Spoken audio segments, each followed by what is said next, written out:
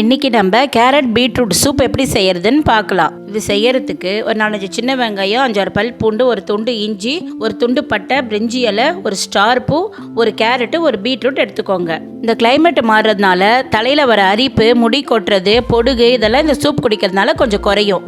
இப்போ ஒரு குக்கரில் ஒரு ஸ்பூன் வெண்ணெய் போடுங்க. அது உருகுனதும் நம்ம எடுத்து வச்சிருக்கிற ஸ்டார் பூ, பட்டை, பிரிஞ்சி இலையை போட்டு ஃபஸ்ட்டு நல்லா வதக்கிடுங்க. அதுக்கப்புறம் நம்ம எடுத்து வச்சிருக்கிற பொருள் ஒன்று ஒன்றா போட்டு வதக்கிக்கோங்க.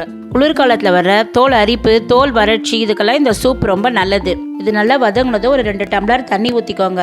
அதில் ஒரு 1/2 ஸ்பூன் மஞ்சள் தூள், 1/2 ஸ்பூன் தனியாத்தூள், 1/2 ஸ்பூன் சீரகத்தூள், 1/2 ஸ்பூன் உப்பு போட்டு குக்கரை மூடிடுங்க.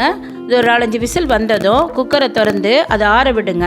இப்போ அதில் இருக்கிற பிரிஞ்சி இலை, பட்டை, ஸ்டார் பூ எடுத்துட்டு மீதி இருக்கிறத நல்லா அரைச்சி எடுத்துன்னு வந்துடுங்க. அதில் 1/2 லெமன் பிழிஞ்சி 1/2 ஸ்பூன் மிளகுத்தூள் போட்டுட்டா சூப் ரெடி. இந்த சூப் குடித்தா தசைக்கு ஆக்சிஜனை கொடுக்கும், மூளைக்கும் ரத்த ஓட்டத்தை அதிகரிக்கும்.